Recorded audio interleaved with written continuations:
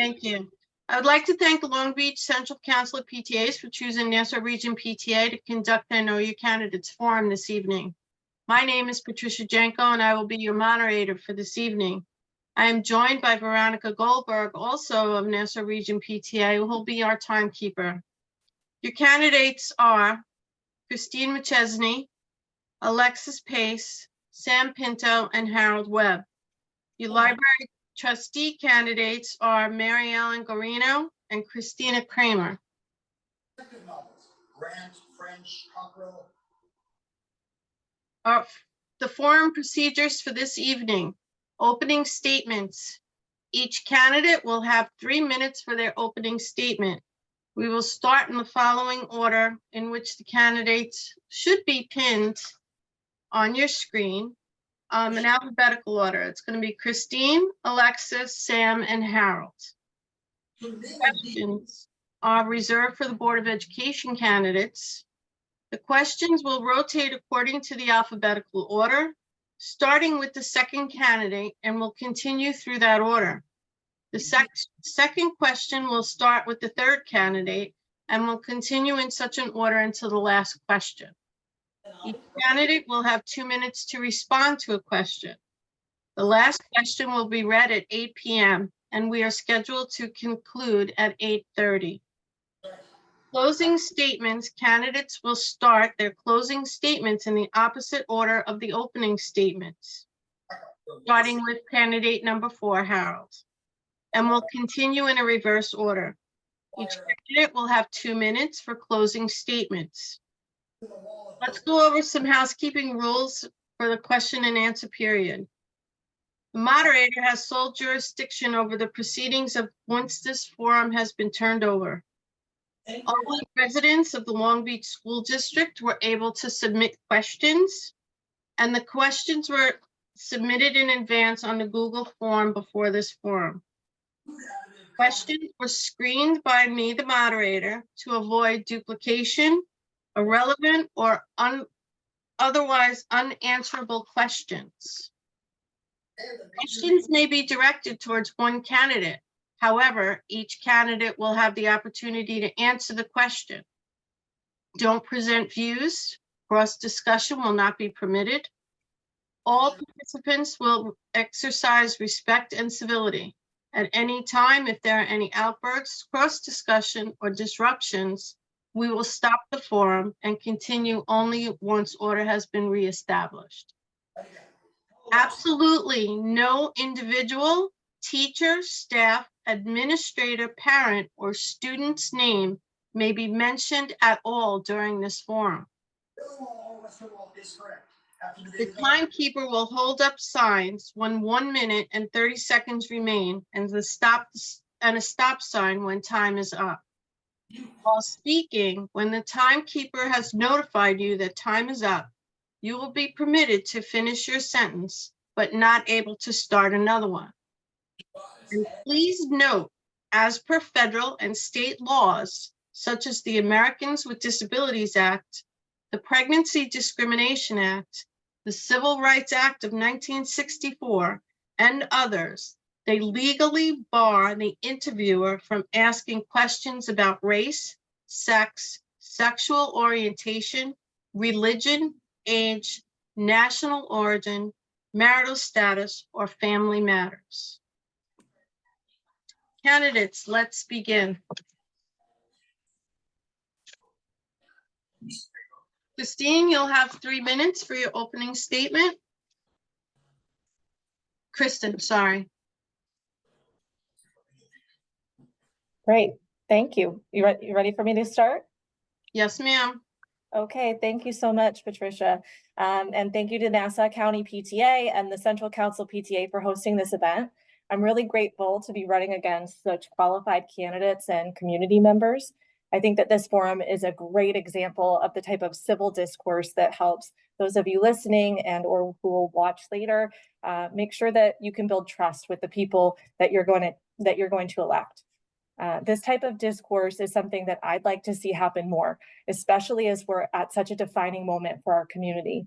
30% of children in Long Beach are experiencing poverty, while the average home listing is $850,000.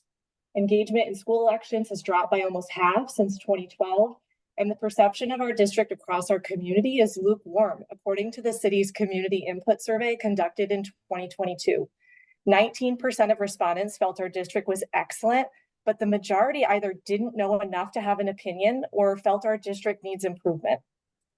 I've been thankful for the opportunity to listen to hundreds of parents and community members about the issues that you think are important. Many of you talked about your pride living here. I heard many who want to keep eSchool open so we retain jobs and keep class sizes small. I also heard from people who feel uninformed, but almost everybody wanted to have a better understanding of how their money is spent. And I agreed with all of those priorities. For those that I haven't had a chance to meet, my name is Kristen McChesney. I've spent my entire career in service of education and training of children and adults. I've worked in schools as a counselor and a special educator, and I've held executive roles in district offices and in businesses. I'm running right now at this moment because I think that I can best serve this community by giving my time and skills and advocacy as the change that we're expecting to happen both within our community and at our state is definitely coming. So what does this mean? 1, I will instill a culture where trustees discuss their opinions openly in board meetings. I think you deserve to know what trustees think about important issues. 2, I want to inspire your trust by tying outcomes to investments and then sharing those results, good or bad, with you. You deserve to know how your money is being spent and whether it's making an impact.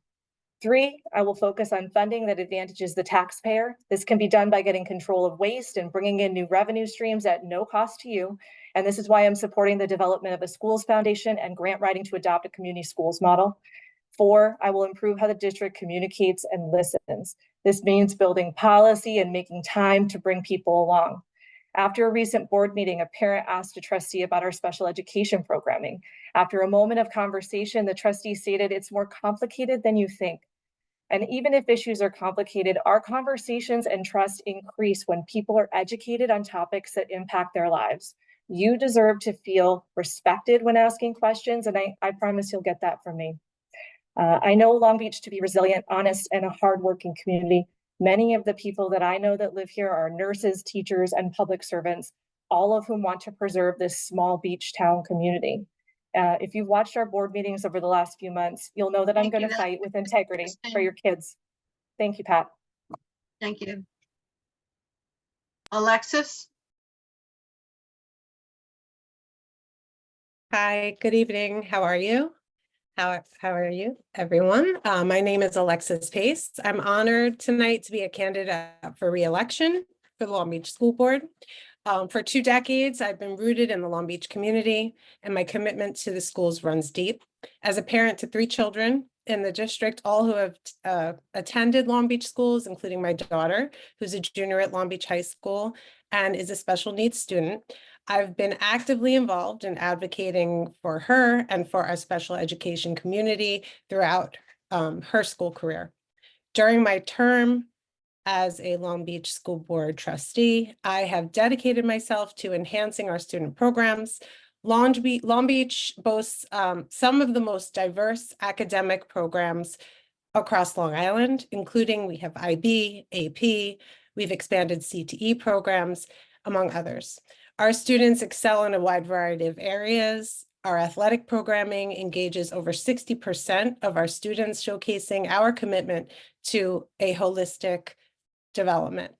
I'm particularly proud of how the community has come together to navigate the challenges of the COVID pandemic. Despite the obstacles, Long Beach schools emerged even stronger with expanded programs, as well as maintaining facilities, while all being fiscally responsible. Throughout my term, we've maintained financial stability in our district with minimal impact on our taxes, rates of 0%, 1.5%, and this year 1.5% proposed increase.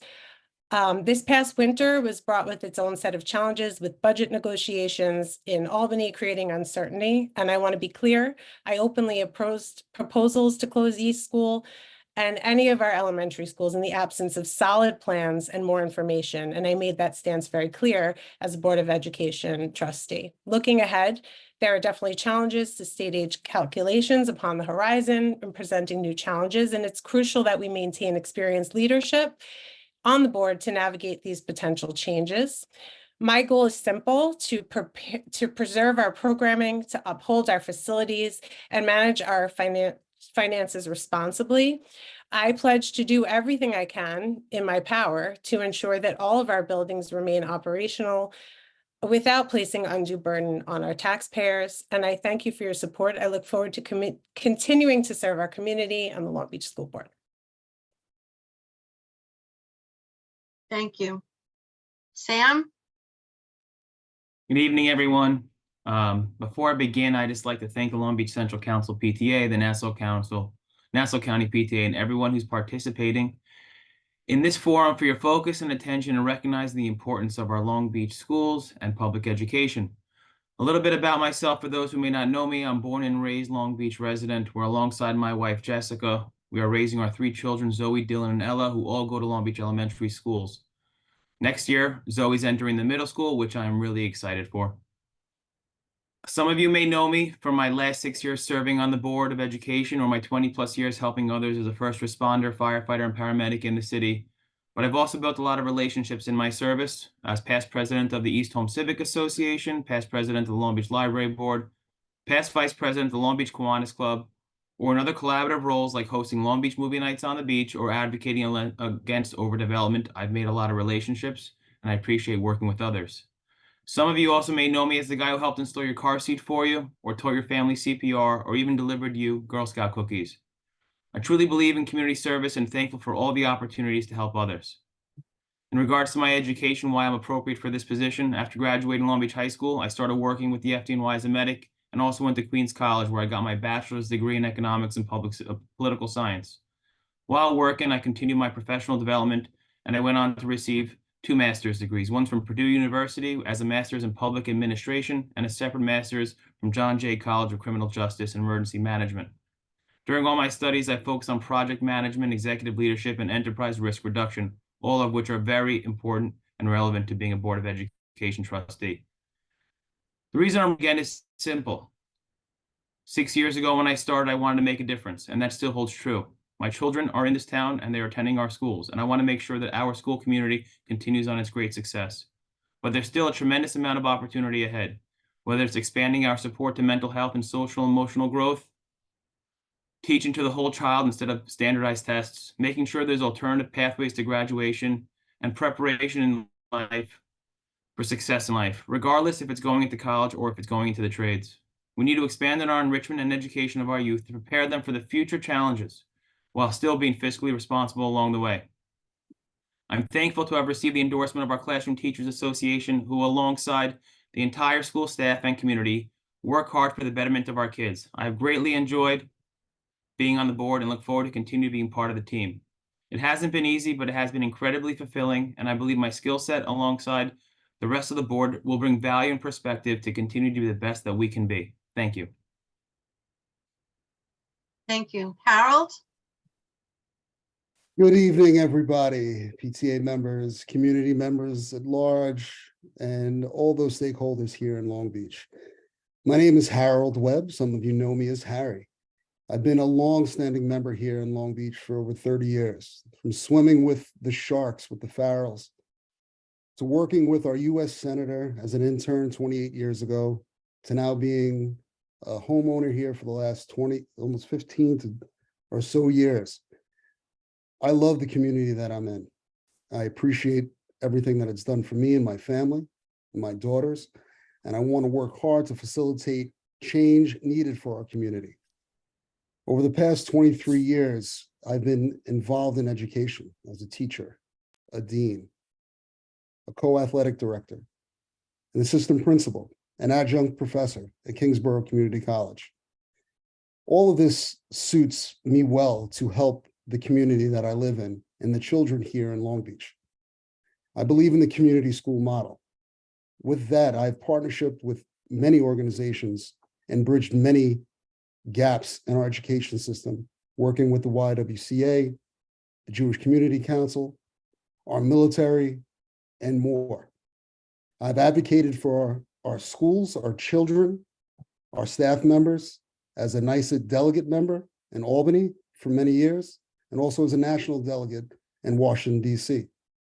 I've used my experience and my wherewithal to garner attention for serious needs that we have in our schools, whether it's safety or social emotional growth or new pathways for graduation. I have been there and done that. As a parent of 2 daughters and 1 in pre-K here in Long Beach, with my nieces and nephews and cousins all over the schools in Long Beach, I vow to fight for what's right for our children and our community, whether it's making financially responsible decisions, whether it's opening up new pathways for learning. I will be there moving forward. Thank you. Thank you. At this time, I'd like to have the library trustee candidates give their 3-minute statements. Mary Ellen Guarino.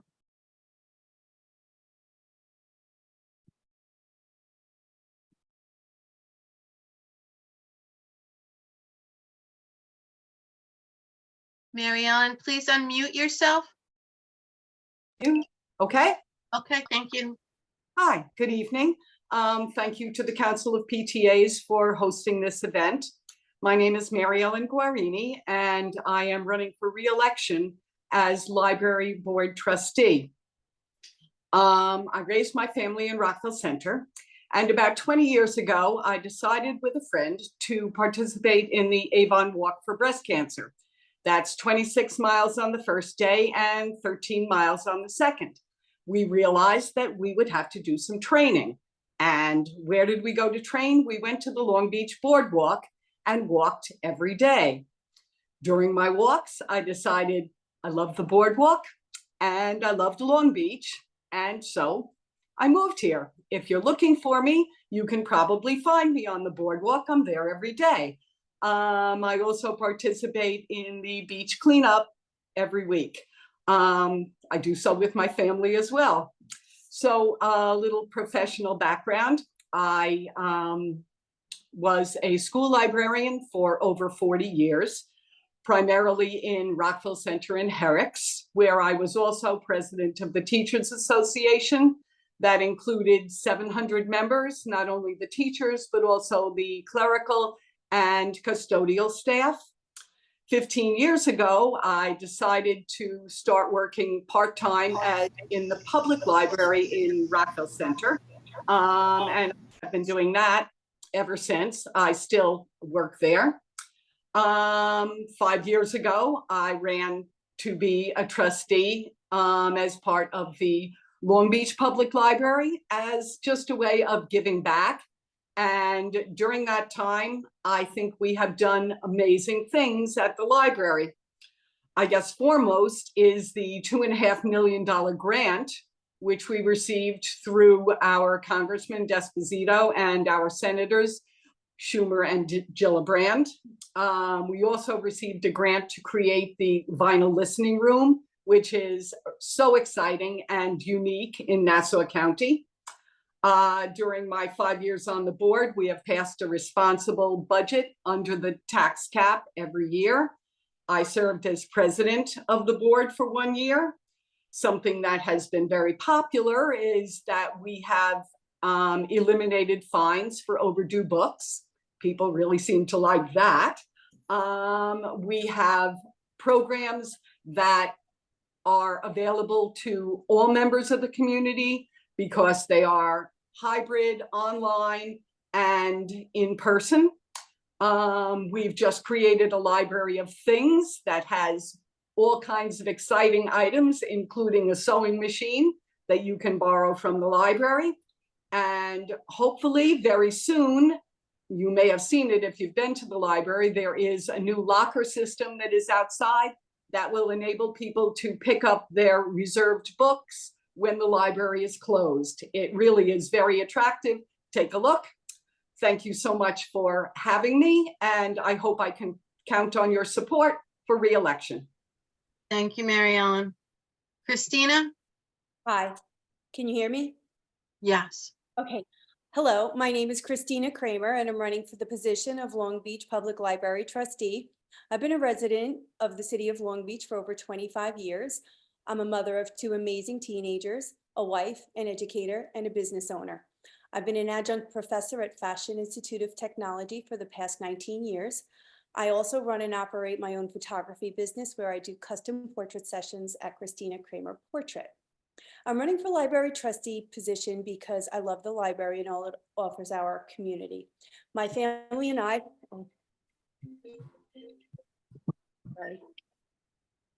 sorry.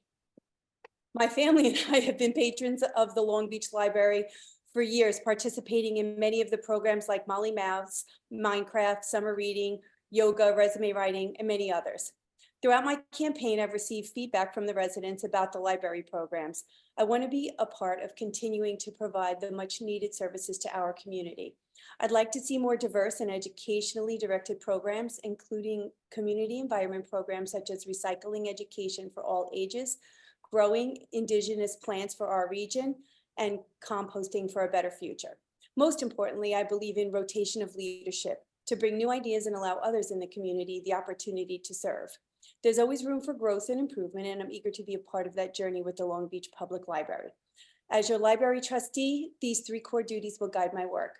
Number 1, the duty of care to protect the library's resources. Number 2, the loyalty to the library's mission. And number 3, the duty of obedience to the relevant policies and regulations and laws. In serving as your library trustee, it will be my honor to protect the library's funding, to protect the right to read, and ensure that everyone in the community is being equitably served. I'm ready, willing, and able to serve as your Long Beach Library trustee. Please remember to come out and vote for me next Tuesday, May 21st, 2024. The polls are open from 6 to 9 p.m. and you can find more your voting place on my Facebook page, Vote at Kramer 2024.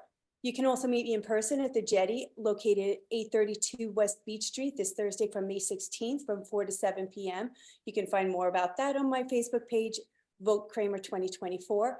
I want to take a moment to thank the Central PTA for hosting this platform and for giving me this opportunity to speak. I look forward to serving our Long Beach community, and I want to thank all of you for coming out and joining the Zoom to listen. If you're not doing anything for the rest of the evening, please head over to the library. Vineyard Wind will be there until 9 p.m. this evening to answer your questions about their projects in our community.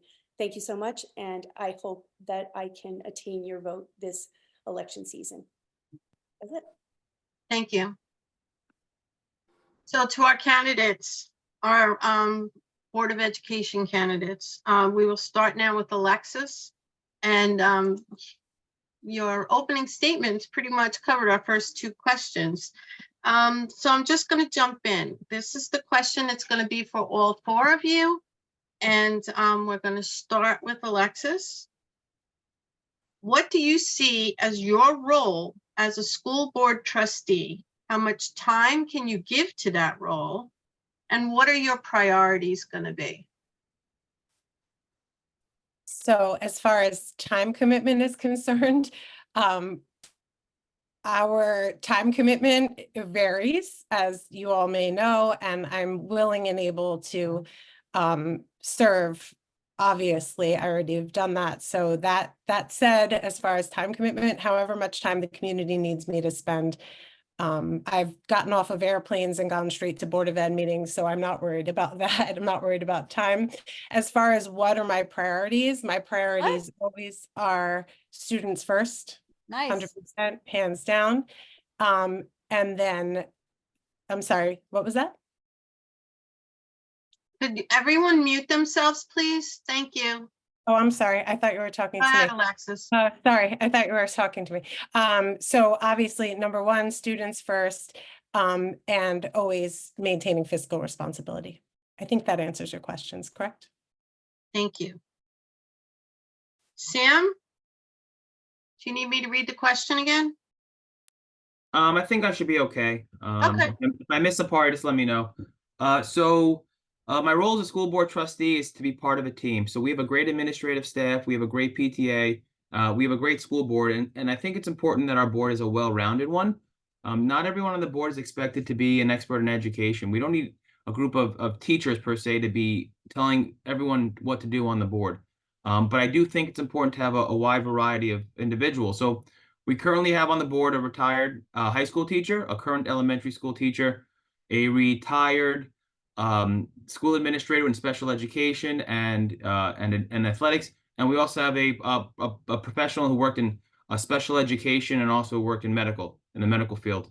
My specialty, I think, that I bring to the board is the understanding of continuity of government. I'm a FEMA continuity practitioner. I also took courses in executive leadership and project management and business development. So I think I bring my perspective to the board to help everyone else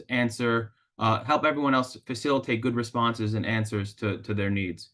In regards to time, I think all of us are doing the best we can to sacrifice other things to be part of the Board of Education. You know, I miss out on a lot of a lot of parenting opportunities for school functions, but I know that my efforts in the school will better my kids. So to me, it's all worth it.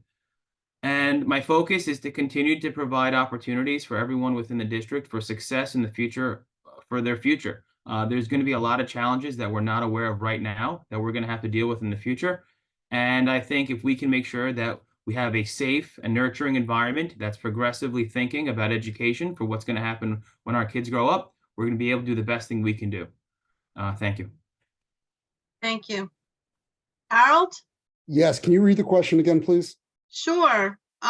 What do you see as your role as a school board trustee? How much time can you give to your role?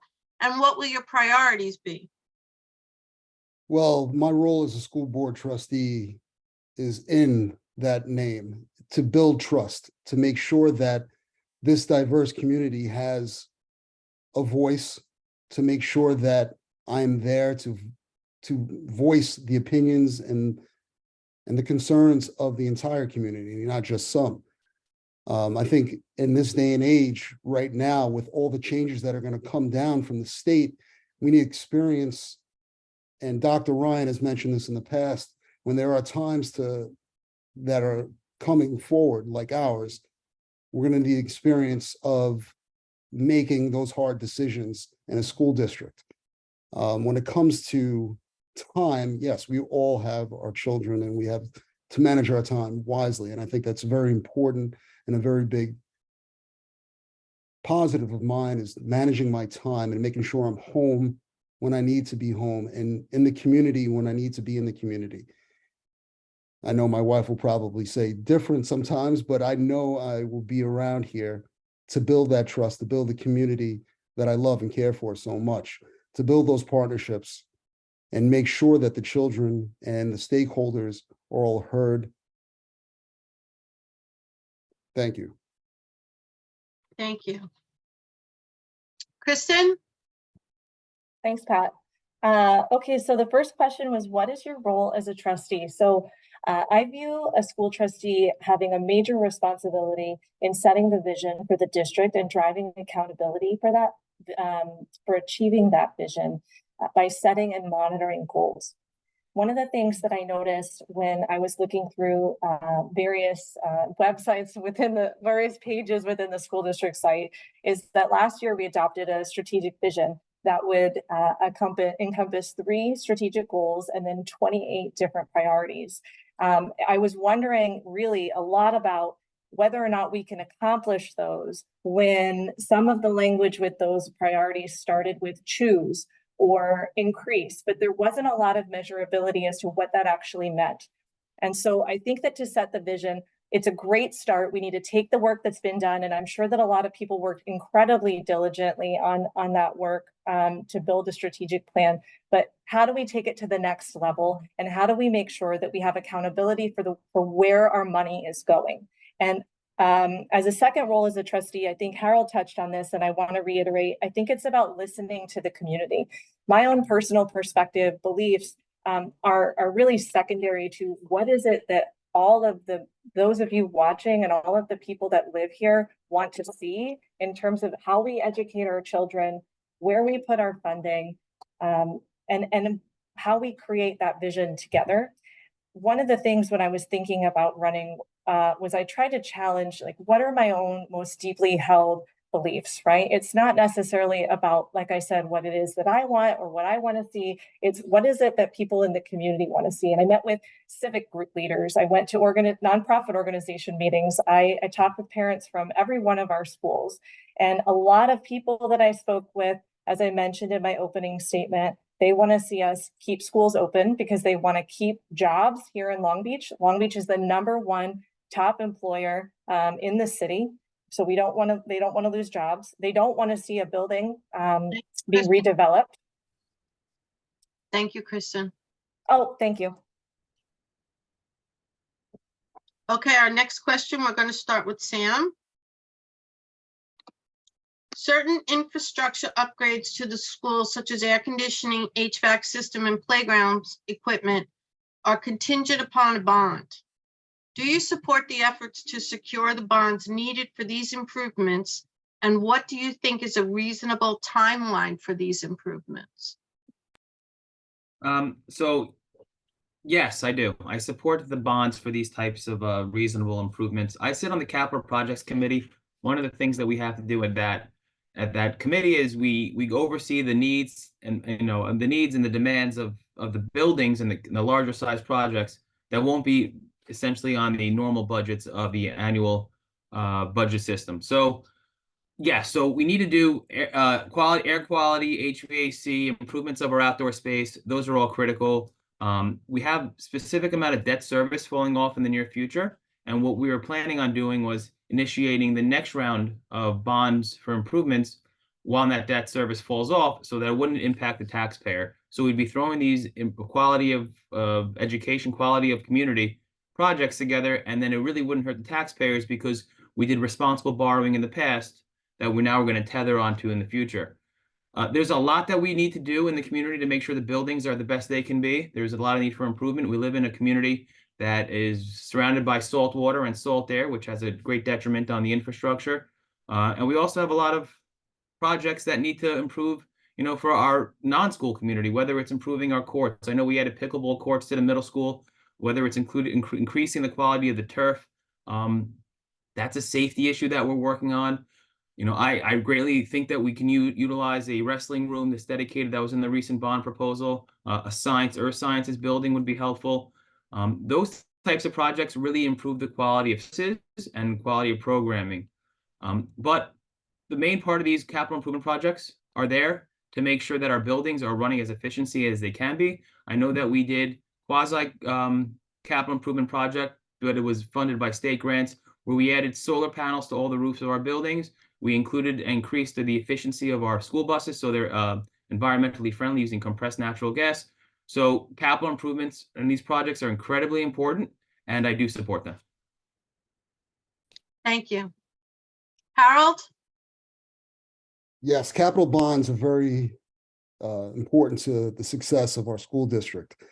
Talking about not future, but past boards that have created some excess, like Mr. Gallagher and those of the past, that were able to use those bonds to help our buildings and our athletic fields tremendously. I think that it's very important to find a way to use our community and our community businesses to help maybe support some of these. And I think we have to reach out to some of those as well. As Mr. Pinto just mentioned, I believe we need to use greener energy to help support our buildings and maybe use some of those capital bonds. Because as I was talked to some past board members, it was something that needed to be included moving forward. The improvements to the playgrounds and everything, they need to be done in a timely fashion.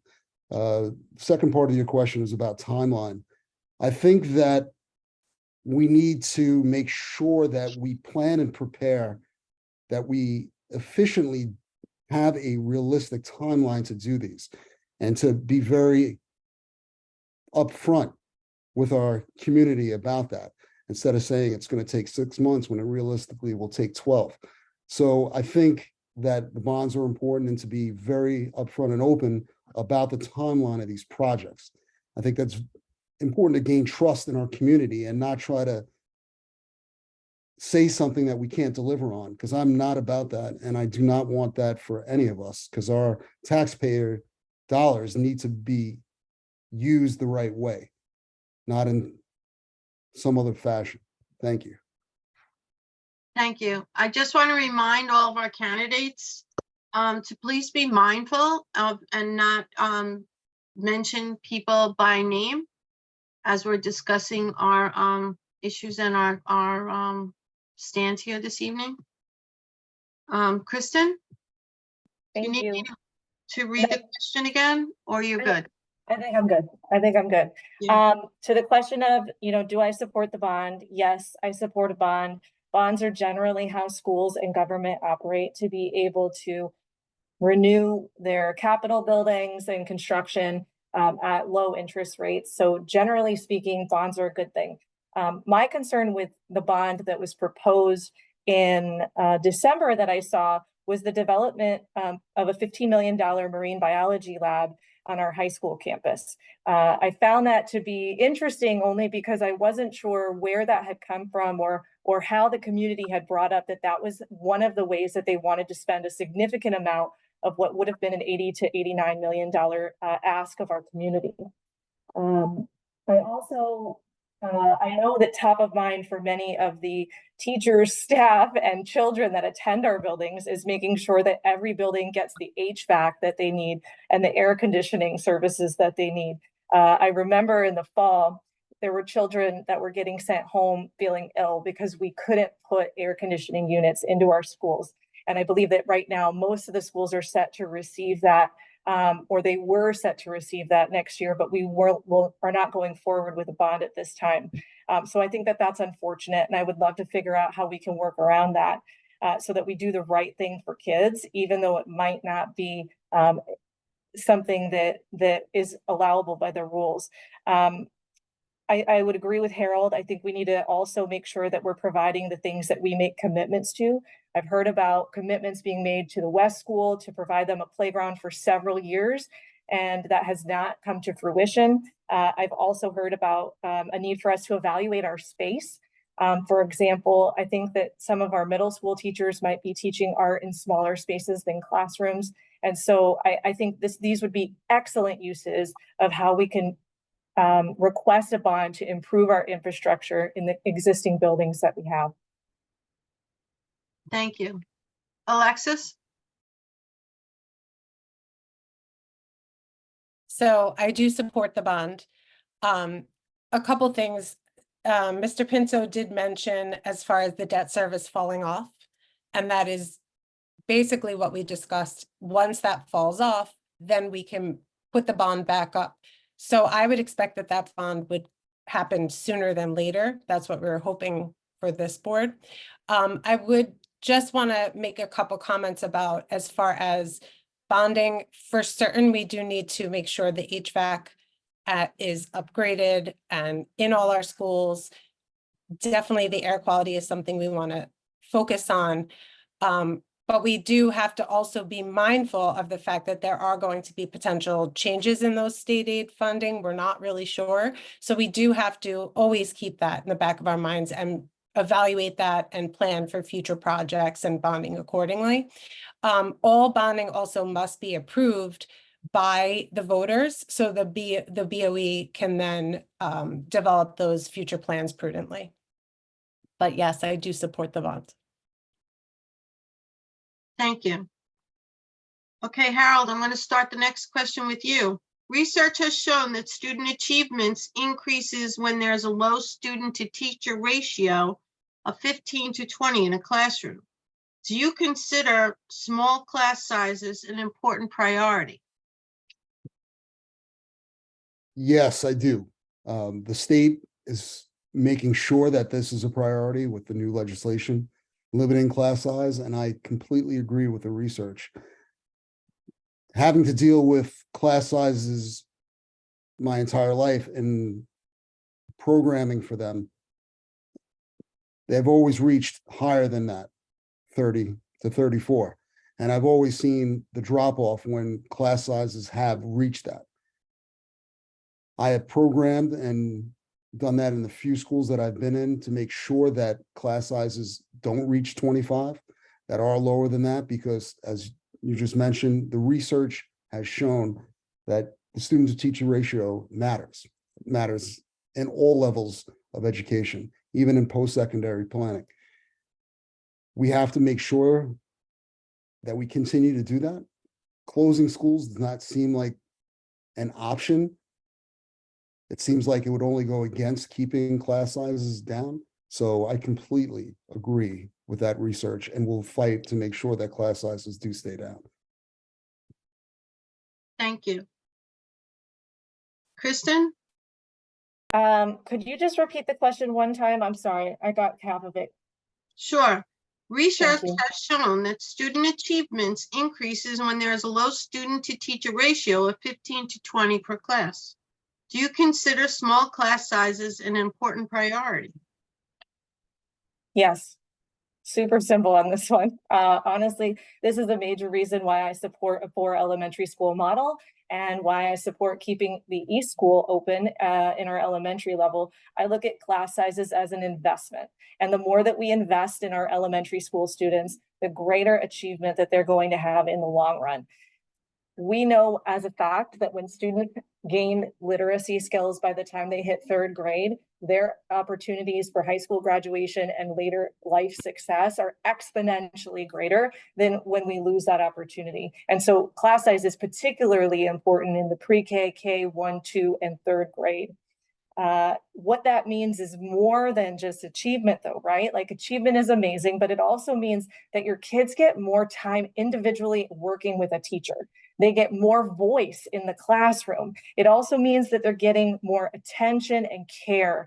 And so class size to me is something that has more of a whole child impact, because we all send our kids to school not only wanting them to learn, but wanting them to feel safe and wanting them to feel loved and cared for. And one teacher, one adult can sometimes like get pulled in 1,000 different directions during a given day. And that's where class size can be something that really makes a difference in that teacher to student relationship. Thank you. Alexis? Yep, it's clear that the research that smaller student teacher ratios lead to best outcomes. I am super proud of our district and that we have been able to maintain small class sizes. And as a district, we strive to manage the budget so that the teachers in the classrooms and the children in the classrooms can be maintained at that low classroom size. So, I'll strive to keep all our buildings and facilities open. That was a big reason why I supported this year the pause, so that we can future plan and we can look ahead. And I will work to maintain those lower class sizes, because I think it does matter to our children, it matters to our teachers, and that one-on-one time you certainly can never get back. Thank you. Sam? I guess this was an easy question, everybody. You all agree, but yes, I do agree that class sizes are very important. Class teacher to student ratio is super important. It gives the opportunity for the students to not only have a good space for them to learn from the teacher, but it also gives them time that they can work in small group learning. So small group learning to me is a really important part of our elementary school model. I have a 1st grader right now, I have a 3rd grader right now, and I have a 5th grader right now. And they all tell me about how happy they are that they have functional learning spaces that we brought into the classrooms. Over the last few years, we went out and we got easier to sit in chairs, comfy chairs, desks. We try to transition the model of the brick and mortar classroom that looked like desks and chairs to a space that was more advantageous for them to be able to learn on their own and also listen to their essentially their cohorts, learn from them and get good instruction from their teachers. So very important. Small class sizes are very important to me as a parent and also as a trustee.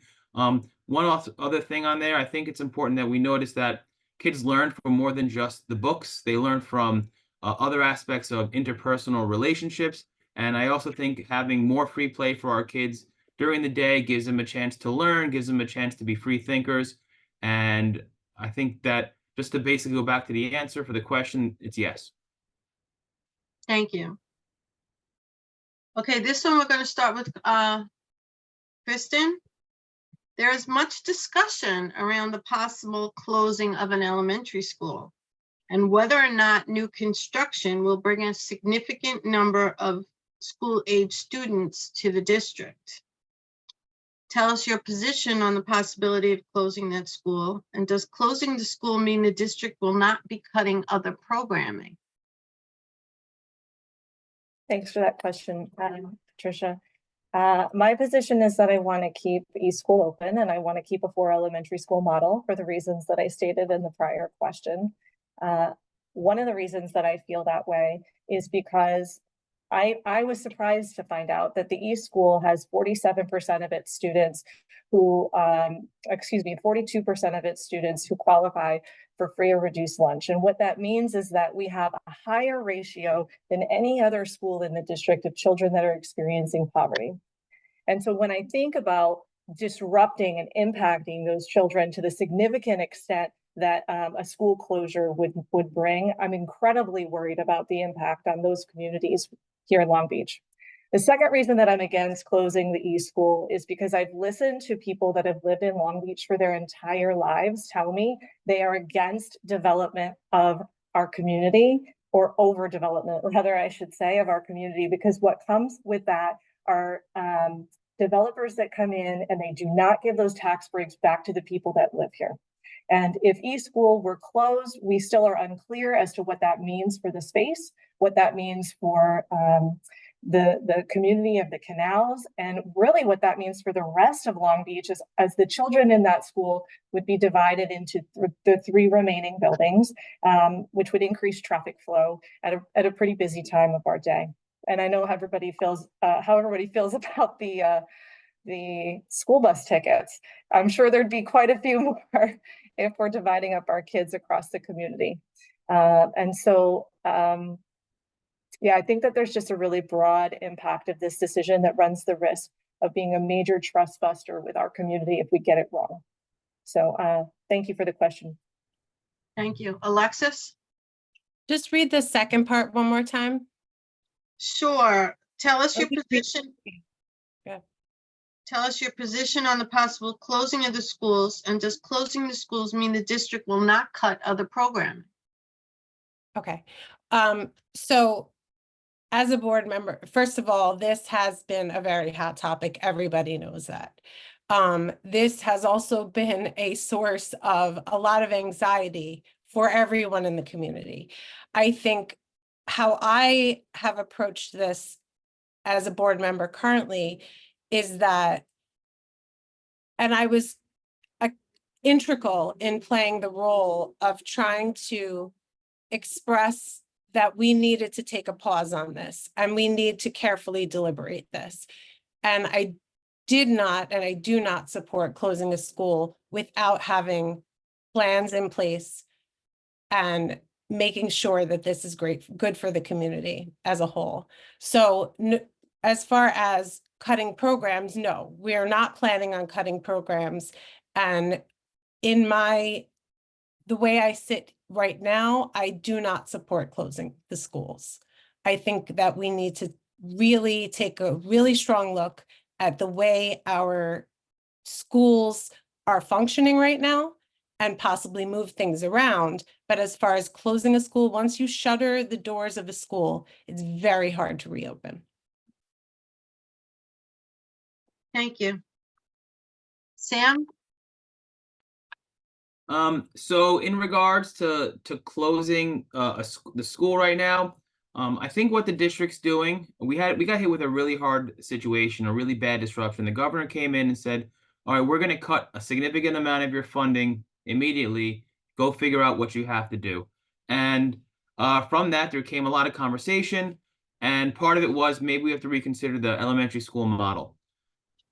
We have a committee. So what we did was we got some more time alongside many other people in the community. I advocated to the state saying, let's go. What are you doing? Stop cutting our foundation aid. You're hurting your districts.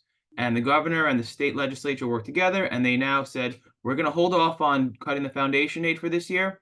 And we're going to make sure that you have the money that you had from the year prior, which is great because now what we did at the district level is we engaged a task force of community-wide stakeholders, members of the PTA, members of the Board of Education, which I'm not on the committee. I actually picked a person that is a former East School teacher, so they know the impacts of education in the area, lives around the corner from the building, and is now an elementary school principal in a different district. So I think that's a very well-rounded person to give a good perspective.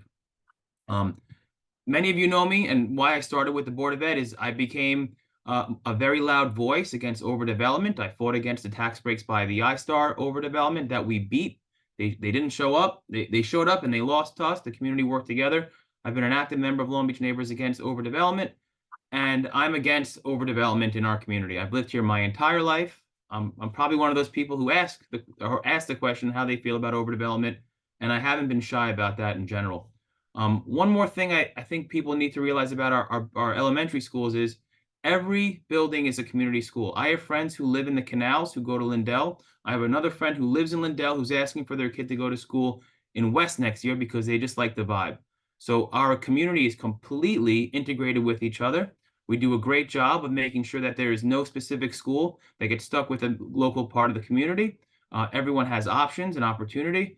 And I think that closing a school is a really significant question, and I'm happy that we're doing our diligence on that now. That's it. Thank you. Harold? Yes, the answer is I am not in favor of closing the schools. Years ago in this town, they closed the central school, and then there was money that had to be wasted to upgrade the other schools to fit the kids that had to leave that central school. There shouldn't be any more waste in our resources. Like I mentioned before, the state is going to make sure that the class size limit is kept. We can't even think about reaching anywhere near that, as we just all agreed on. Class sizes have to stay low. Yes, we've allowed these buildings to be built on Riverside, on the boardwalk. We are a great community that will attract families that come in here. We cannot close these schools because we will get an influx of community members moving forward.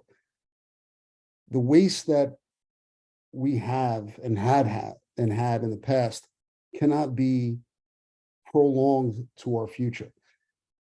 We have to keep these resources for our children, and to even think about closing a school in favor of some other programs, we can find a way with our board to have that real discourse, to find ways to keep all these programs through grants that are very much out there for us for us to have and be written. So I implore, even for our future, with my daughters and everybody's children, to make sure that we keep that elementary model that we have that has worked for generations in place. Thank you. Thank you. Okay, this question, we're going to start with Alexis. And you've all mentioned the foundation aid, so we're going to go right into this. If the district does indeed see such a drastic cut in your foundation aid, what would you be able to cut or reduce within the budget to make up for such a potential loss? And what can the district do to plan for future cuts of foundation aid? So when we talk about foundation aid, this is something that, if we were to be hit with the amount of money that they were putting out in the beginning of this year, that would be devastating to our district. And that's something that most people, I don't think, really can fully grasp. So we do a lot of long-term planning. We always try and plan, but when you're looking at planning for losing that amount of money, it would have been devastating. And there would be losses across the board. That said, are there things we can cut? Is that the question? What would we cut if we lost? What would you cut or reduce within the budget to make up for such a potential loss? I think that's impossible to state now. We would really need to assess that moving forward. I can say that what we did this year, thankfully, is because we were able to maintain the foundation aid this year. We were able to hold everything that we need and keep everything steady. But if we're talking about the losses moving forward that they are predicting, that would be really devastating to our district. And I think people do need to understand that moving forward. Thank you. Sam? Repeat the question again? Sorry. If the district does indeed see a drastic cut in the future foundation aid, what would you cut or reduce within the budget to make up for such a potential loss? And what can the district do to plan for future cuts to the foundation aid? So I think it's important that we recognize the fact that this loss of foundation aid would have been a significant impact on either programming, operations, or tax base, right? It's a real great challenge that we were faced with early this year, and I'm really happy to see that we have the opportunity to take a break and bring in a really wide group of individuals to represent what we could do, how we can shift a little bit so that we can maintain fiscal responsibility and also try to maintain a high quality of programs. Also with that, we have to make sure that if the state decides to cut foundation aid, how will they be doing that? Will they be doing it quickly? Will they be doing gradually? That will have a lot to say on how we as a district need to respond. It's of utmost importance that we maintain quality programs for our students. There's a lot of other programs out there that we wish we had opportunity to utilize that we just don't have the funding for. But I know that now we have great programming in the district that provides quality education and preparation for our kids in the future. I can't tell you what we would cut in the future. I can tell you that we take a very honest look at things, and we would work very closely with other people in the community, because in the end, the district prepares the budget with the administration, and then the school board votes on a budget and then presents it to the community. And what we're doing is we ask the community via budget resolution, is this how you want to go?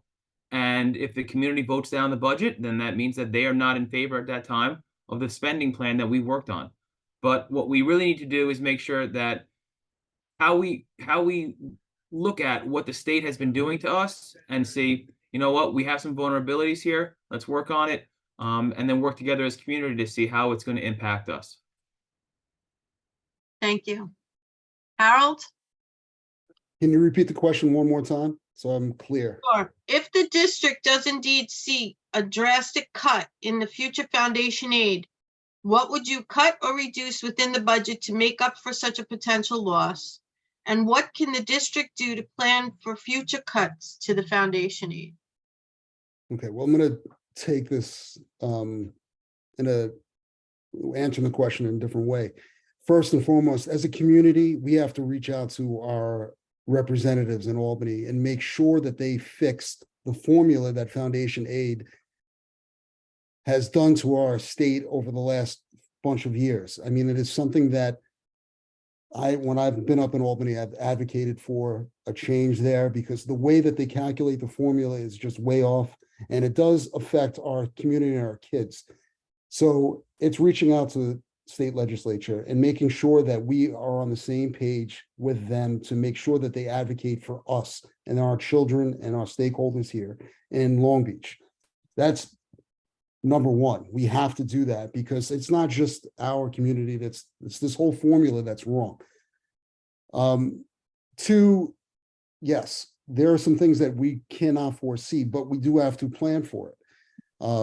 It's being prepared for the worst at times. Look, green energy is something that we need to look towards a little bit more with solar and finding ways. Maybe we have to find ways in other forms not affecting our students that may bring more revenue to the schools, like not giving abatements to developments. Maybe finding ways to bring revenue into our city. You help with the help of the city council and some of the things that they mentioned at their last meeting.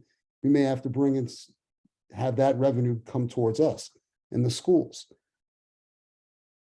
We have to plan for this, but at the same time, my biggest advice is to make sure that our representatives know that this must change. And if that means going up to Albany more, I am very much for that. Thank you. Thank you. Kristen? Thank you. Yeah, I'll start off, I think, with where Harold left off. we cannot assume that this is absolutely going to happen. We have to be, in the face of ambiguity, we have to, as good leaders, plan for multiple possibilities without putting all of our eggs in one basket, right? And one of those is making sure that our leaders understand what this is going to do to our community. A couple of weeks ago, I met with Senator Fitzpatrick Canzaneri at the West Holm and Walks Civic Association meeting, and I talked with her about this. I said, what can we do? She said, the best thing for us to do right now is write a letter to the governor and say a member of the Long Beach School Board, I said, regardless of who gets elected, has to have their voice on whatever committee is happening at the state. That is hands down and something that we absolutely have to do. The second thing I think we need to do is be able to bring in net new revenue streams. So two of the things I mentioned in my opening statement are, number one, how do we generate revenue through the building of a school's foundation, something that can keep programs running because they're beyond the cost of basic education, but parents could fund them, or a foundation or nonprofit could be funding those things. The second thing is investing in a community schools model. So there is $250 million available at the state to be able to support this type of service increase in our schools. It's helping the community, and it ends up reducing some of the income inequality that we're starting to see here. Third, we have to make sure that any cuts are tied to things that are not driving outcomes for kids, right? So it's increasing the accountability there. Fourth, I've worked in a district that's had to close schools before, and the important thing is working with the community.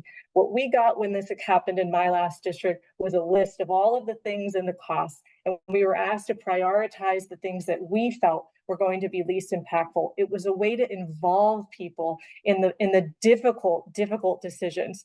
And then last, I think we need to really have a good handle on waste. I could give a couple of examples, but I'm out of time. So thank you for the question. Thank you. Okay, this one will start with Sam. A parent reaches out to you with a special education concern regarding the least restrictive environment for their child and how students are placed in the schools throughout the district. Can you discuss the special education program, how it provides students with opportunities to learn academically and socially, and how to support students' progress and growth? I know it's a mouthful, sorry. I mean, it is a mouthful, and it's also a really complicated question. A parent reaches out to me about any issue, specifically special ed is something that's probably very near and dear to them. This isn't like a hypothetical. I've had parents come up to me before and say, you know, Sam, I need help with the special education for my kid. Their program is not, you know, exactly what I think they need. And I'll tell you, it's a really challenging situation because one, the complexities of each child's needs, two, the complexities of how the state views the transitions between difficulty and disability, and three, the resources of our district. So in a perfect world, we'd be able to incorporate many of these specialty programs that are only available out of district to students within the district as the least restrictive environment. Sometimes that's not as feasible as possible. I know we support a lot on BOCES to provide those types of programs. And there's also other schools out there that have other capabilities within the district. Another aspect to consider is that special education programs happen to be more costly than conventional education plans. There's a lot of cost involved, and sometimes it makes sense that we utilize another placement for the child because it makes sense for the environment of the child, the environment of the rest of the students that would be in the area, as well as the cost effectiveness of providing those needed services. I tell all parents, if they need help, reach out to the special education department. If they don't give you the answers they need, reach out to the superintendent and elevate it. If you need to get an advocate, get an advocate. It is a very complicated world. Alexis knows a lot more about it because she's been there as an advocate for people in the past. And I don't pretend to know everything about the special education world because it is a very challenging and complex environment. But I do feel empathetic and sympathetic to the parents who are dealing with challenges. And I know that our district at heart does everything that we can to make sure that all of our children have the education that they need, whether they're provided special education in the middle of the road, and you know, parents are concerned that they may be missing something, or they're taking IB and AP courses and you know and going through their day like that. So it's complicated, but I will tell parents to speak up, be vocal, and that they have our support, and to, you know, to do the best that they can for their kids. Oops. Good. Thank you. Harold? You are definitely gonna have to ask that question again. Sure. A parent reaches out to you with the special education concerns regarding the least restrictive environment for their child and how students are placed in the schools throughout the district. Can you discuss the special education program, how it provides students with opportunities to learn academically and socially, and how it supports students' progress and growth? Okay. Over the years, listen, special education has a lot of rules and regulations that are attached to it, whether how many, as the IEP, the individual education plan is written, how many teachers need to be co-taught, or is it going to be a 12 to 1 to 1? So when it comes to special ed, we have to take it as an individual basis. And I think as a school district, we have to be more comprehensive in how we look at it.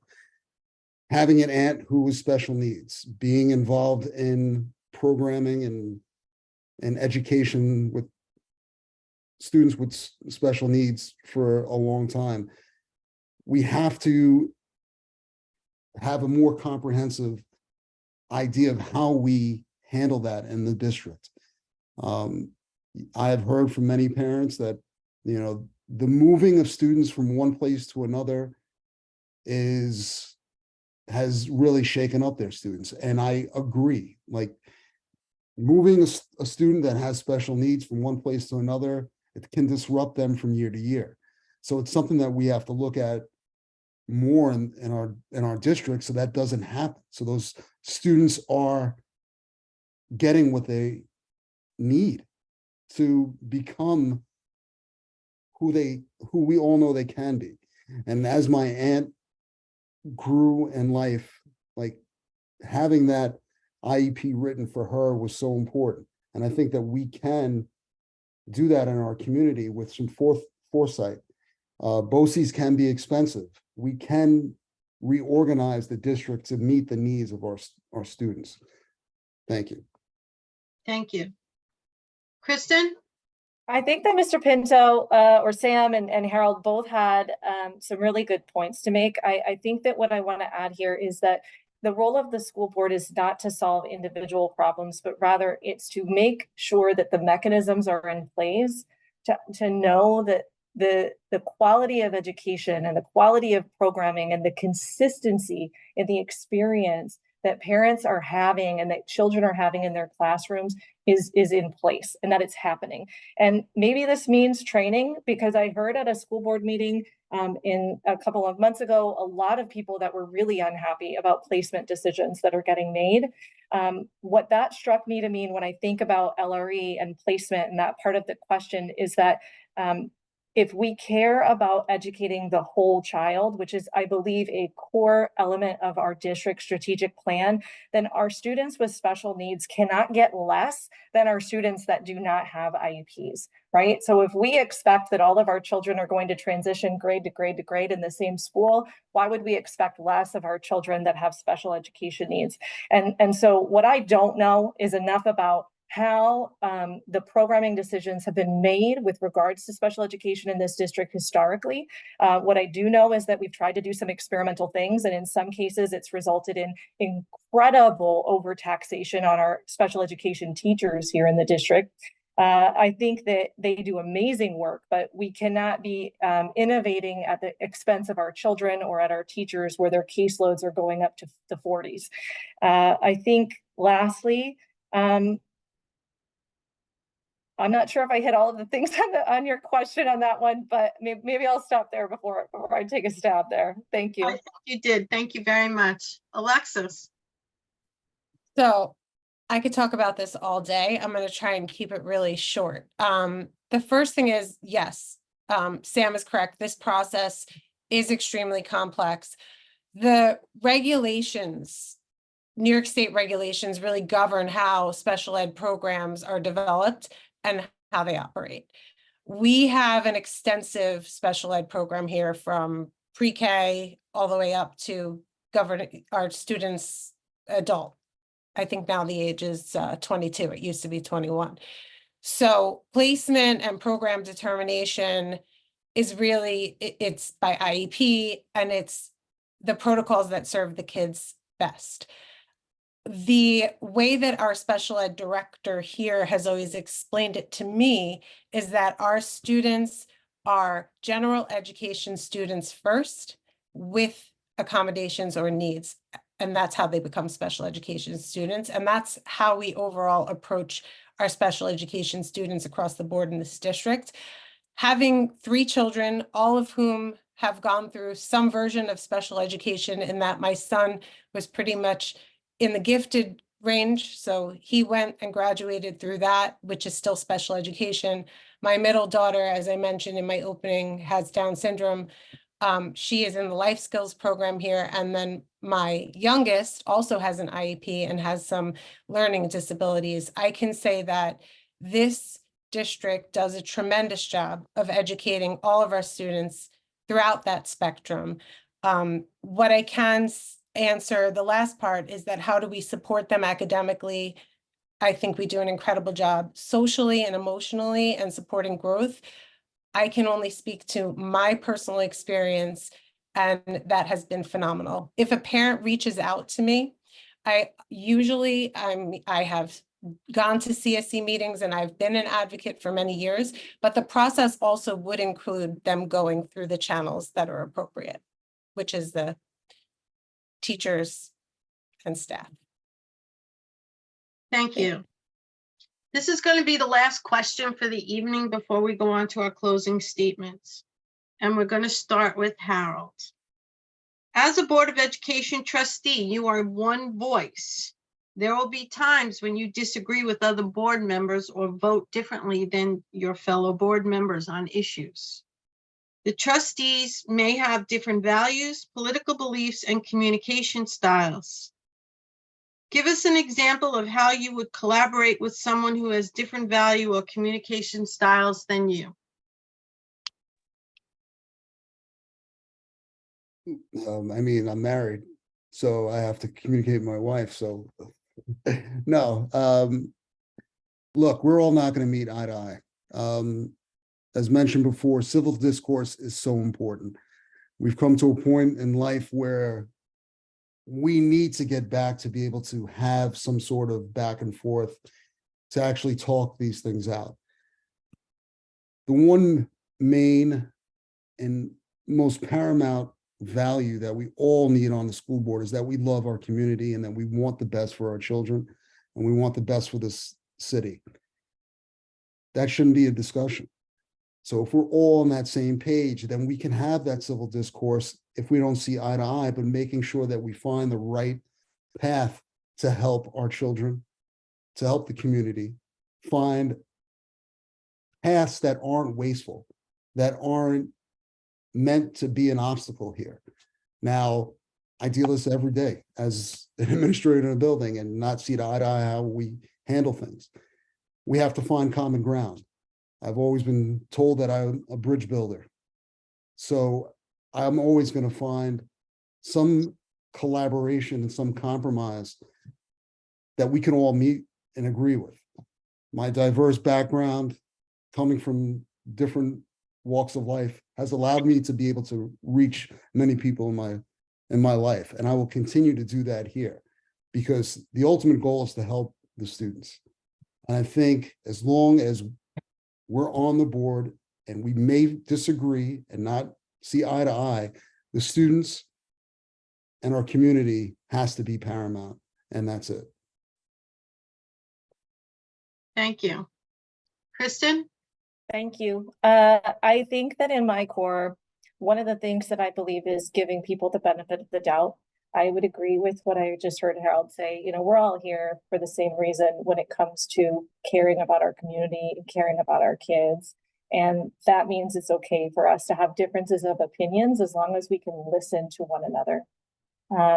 I think that what can help these conversations, especially when there are, you know, vast differences amongst people, is to be able to establish frameworks so that we understand when we disagree, what was it we were trying to accomplish in the first place, right? And how might we be able to disagree but still commit to that end goal?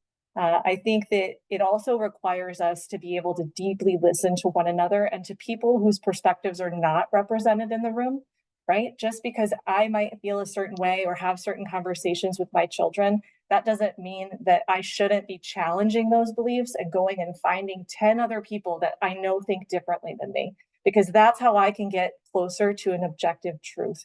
And so that's some of the things that I bring to the table when I'm working in collaborative teams, is really being able to push people to say, how might we think about this differently? How might we include someone's perspective that isn't represented here? I think that it's also always important to have integrity and to speak the truth that you believe needs to be spoken when children are at stake. And one of the things that I'd like to see and advocate for, as I mentioned in my opening statement, was changes in the school board forum. I've gone to several city council meetings and I really like it. They present issues singularly, and then they have discussion both with the individual that presents and also amongst themselves. And while I know that a couple people have taken that to be a little bit of, jarring, I look at that and I see people that represent me and represent the things that I stand for and represent other people in the room. And that does make it easier to be able to disagree and commit. Thank you. Alexis? Just repeat it one more time. Sure. As a Board of Education trustee, you are one voice. There will be times when you disagree with other board members or vote differently than your fellow board member on issues. The trustee may have different values, political beliefs, and communication styles. Give an example of how you would collaborate with someone who has different value or communication styles than yourself. So this is what I love about our board. I don't think there's ever a time that any of us all agree at one time. I think Sam might have mentioned earlier, we all come from very different, diverse backgrounds, but there is a common goal. And that common goal is that we need to do what's best for the students and the staff. So, and that's at the core of every decision that we make. And of course, the community. I would say, if you're looking for a most recent example, the most recent public example that I could probably give is over the discussions that we've had over the past few months about the potential restructuring of our schools. And one board member was openly had one opinion and others of us had other opinions. I think, again, what I love about the board and what I love about serving this community is that there are diverse opinions and that we can all agree to disagree and remember what's at the core of that, and that's the community, and that's why we all serve. Thank you. Sam?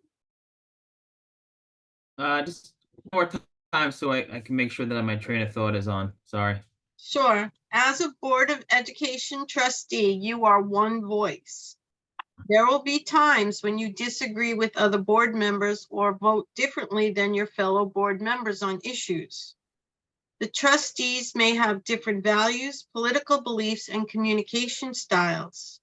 Please give an example of how you would collaborate with someone who has different values or communication styles than you. Thank you. So I think there's one common value that we all have while serving on the board, and that's respect. We respect each other, we respect the staff, we respect the students, we respect the community.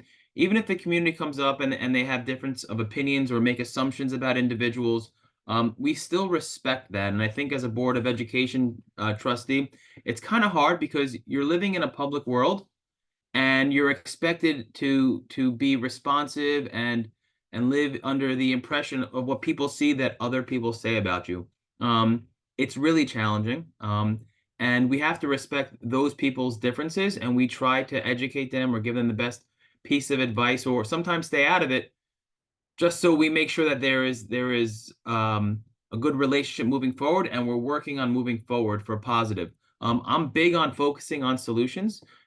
there's definitely disagreement on the board level. There's definitely disagreement on the administrative level. There's even a disagreement between friends on the sports fields over stuff that goes on at school.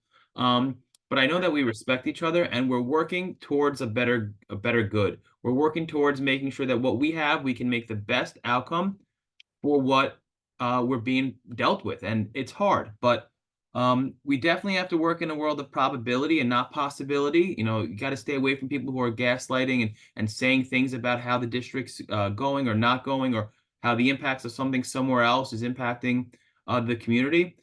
We have to stay focused, and sometimes it's more challenging than you think. But together, we know that when we work together, we're working on each other's strengths, and we're not criticizing each other's weaknesses.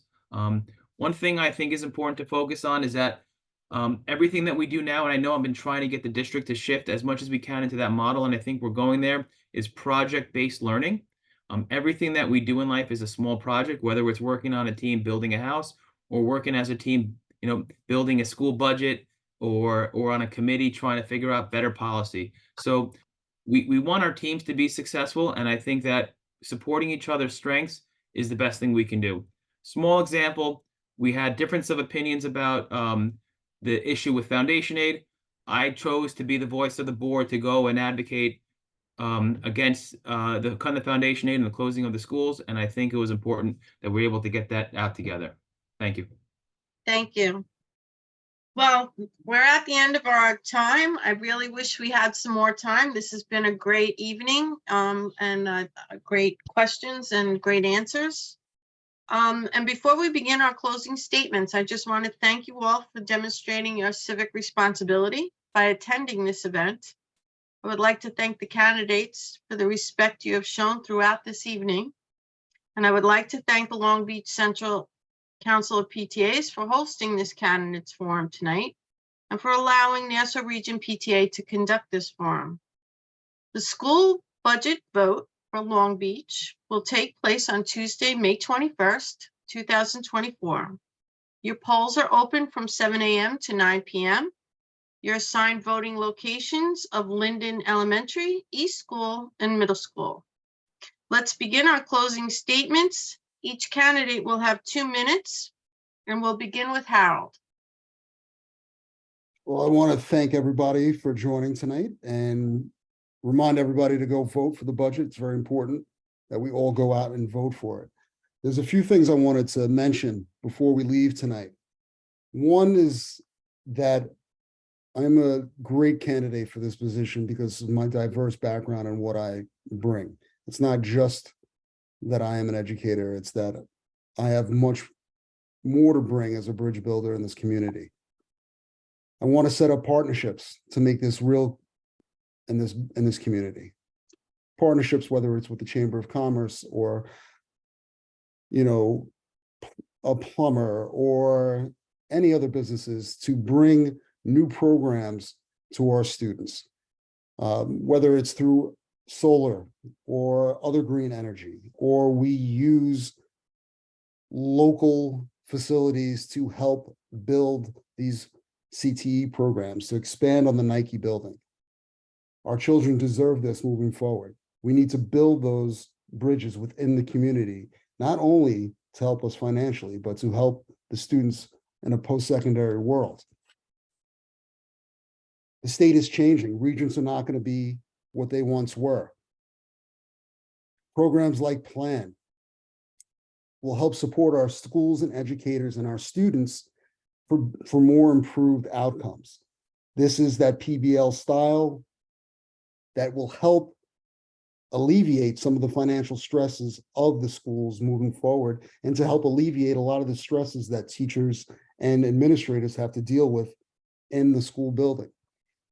We have to be more financially responsible. We want to teach our children about a financial awareness. We have to do that.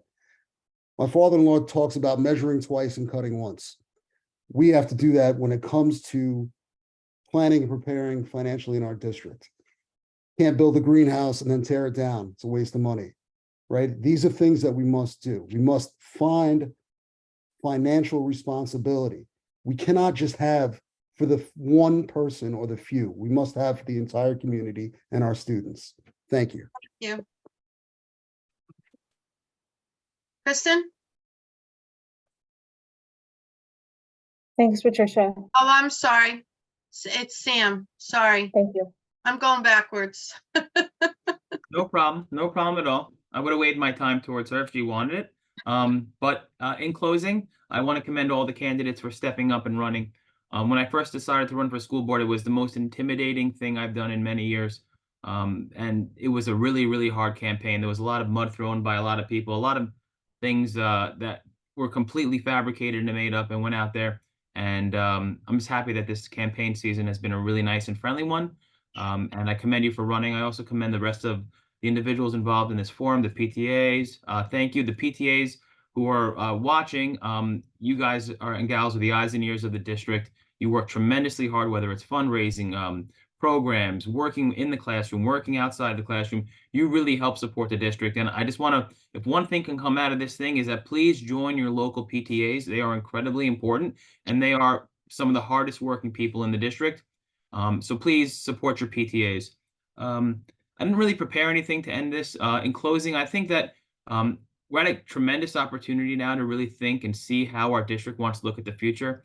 There was a disruption that came out that many of us disagreed with. I disagreed with it. I was vocal about it. But it opened up the eyes and ears of a lot more people who weren't engaged, and I think it's super important.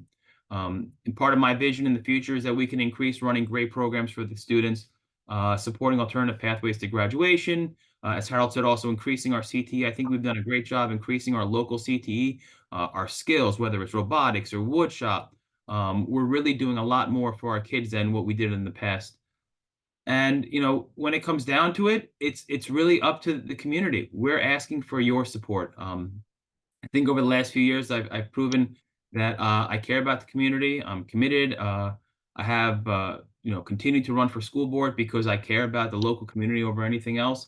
And right now, my background when it comes to community service and medical care, and it will be very helpful in the continuity of government at the district level, as well as supporting our mental health and social emotional growth. So I thank everyone tonight for being part of this, and I look forward to your support on the 21st. And please vote for the budget. Thank you.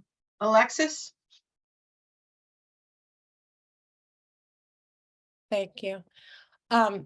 So a couple things. First of all, I want to thank all the candidates, and I wholeheartedly agree with Sam. When you put your name in such a public place, in such a public forum, it opens up a lot of scrutiny. And I really admire anyone who does it. I've done it a few times, and it's intimidating every single time. So that said, I also want to thank Central Council PTA and everybody who set this up tonight. And I would be remiss also if I did not thank the Long Beach Classroom Teachers Association for their endorsement and their support, because that is tremendous, and it really means a lot to me. I have had the privilege of serving on this board for the last 3 years, and we have achieved a lot, many significant milestones together. We've passed responsible budgets. We managed through the COVID pandemic, expanded our programs, prioritized everything for our kids that we possibly can. But right now, I think while we face these uncertain times, it's important to have proven leadership that can steer the ship in the right direction. And my experience as a board member has helped me navigate the challenges that we've had, and I will commit myself to doing that in the future. So I'm asking for everybody's support to continue to move forward and casting their vote for me. And together, I just hope that we can build on the successes that we've already done. And again, the center of all this is our students, our community, our staff. And I never lose sight of that. So tonight, I want to just thank everybody who's participated in the forum once again, and best of luck to all the candidates. Thank you. Thank you. Kristen? Thank you. Thank you, Patricia. Thank you to everybody that's on the call. I would agree that I was a little nervous tonight. Hopefully it didn't show too much, but thank you for the questions from the community. I think, different leaders are needed at different times. And I'm proud to have joined parents and staff from across the district to write 10,000 letters that help make an impact in what our next year's budget is going to look like.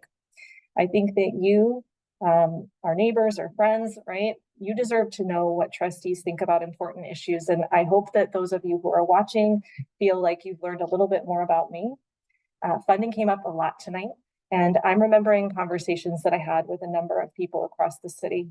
One was with a young lady when I was campaigning with a former school board member this Saturday over in Point Lookout. And she talked about the incredible impact that our arts program had on her as a recent high school graduate from Long Beach High School. I also remember talking with a gentleman who was retired and living on a pension over at the Walks. And he talked about how he could not afford food because of the cost increases that continue to go up. And I feel like to be able to achieve a solution where both of these people can be happy is if we make the hard decisions to tie outcomes to investments and we share those results, good or bad, with the community and involve you in the decision making. You deserve to know how your money is being spent. You deserve to have a voice in that. And we need to strive for not a single dollar of waste. I recall a couple of board meetings ago where we have all of these wonderful services, the Wi-Fi for kids, but not all of them are even being handed out, right? It's a small thing, but those small things add up. So to create a world-class district, we have to have this level of professionalism and oversight. So change is needed now, and we cannot continue to operate in the same way that we've always done. If you walk away with nothing else, please know that I'm running for you. I am running for the people that I heard as I went out and learned and thought about whether I should run for this position or not. Thank you. And yeah, thank you very much. I appreciate the opportunity. Thank you very much. Again, thank you, everyone. Have a good night. And please don't forget to go out and vote.